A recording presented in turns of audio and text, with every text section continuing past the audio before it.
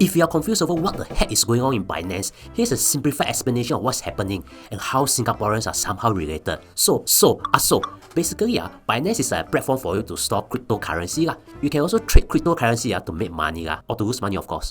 It's not available in Singapore because they didn't want to apply a license here. But earlier this year, they appear to want to apply for a license in Singapore through a child company. While it's not operating in Singapore, it's actually the biggest crypto exchange in the world based on its trading volume. So it should be available in the US, right? Well, shockingly, no. Because kind of like in Singapore, they didn't apply for a license, but it's more of like they didn't register for regular approvals. You see, trading cryptocurrency is actually very risky one. Unlike buying stocks, a DBS stock, the stock price won't like crazy, even if it has a 10-day disruption. Because if so, it will affect a lot of people and the economy one. So the only times that the price of big companies stop dropping is during recession or COVID, where every stock drop. But for cryptocurrency, prices can drop from $100 to 1 cent in a day. And anyone who invested $100,000 could be left with $10 that day. So in the US, they have a toned down version called Binance US. That is approved except for some states.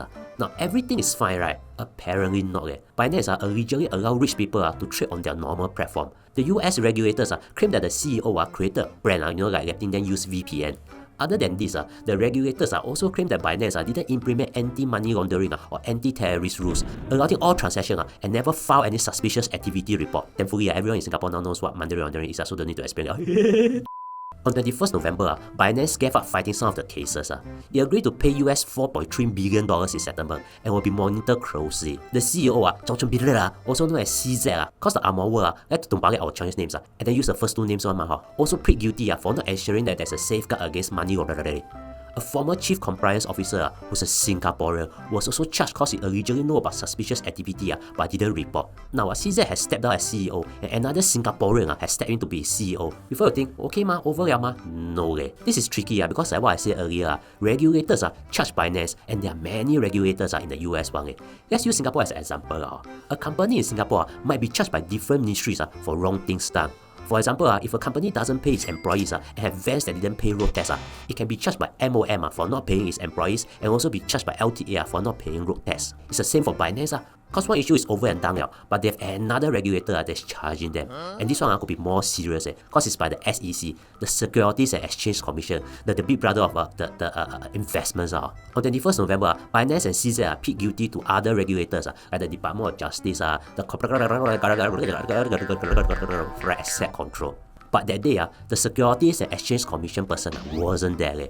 And they have 13 charges with Binance and CZ, with the key being allowing US people to trade on Binance.com. Which I think is bad. Now here's the thing, the SEC isn't just going after Binance, it's going after other cryptocurrency exchanges as well, with its focus on the lack of regulations. Now if you think that's aggressive, don't be. Just look at NFT.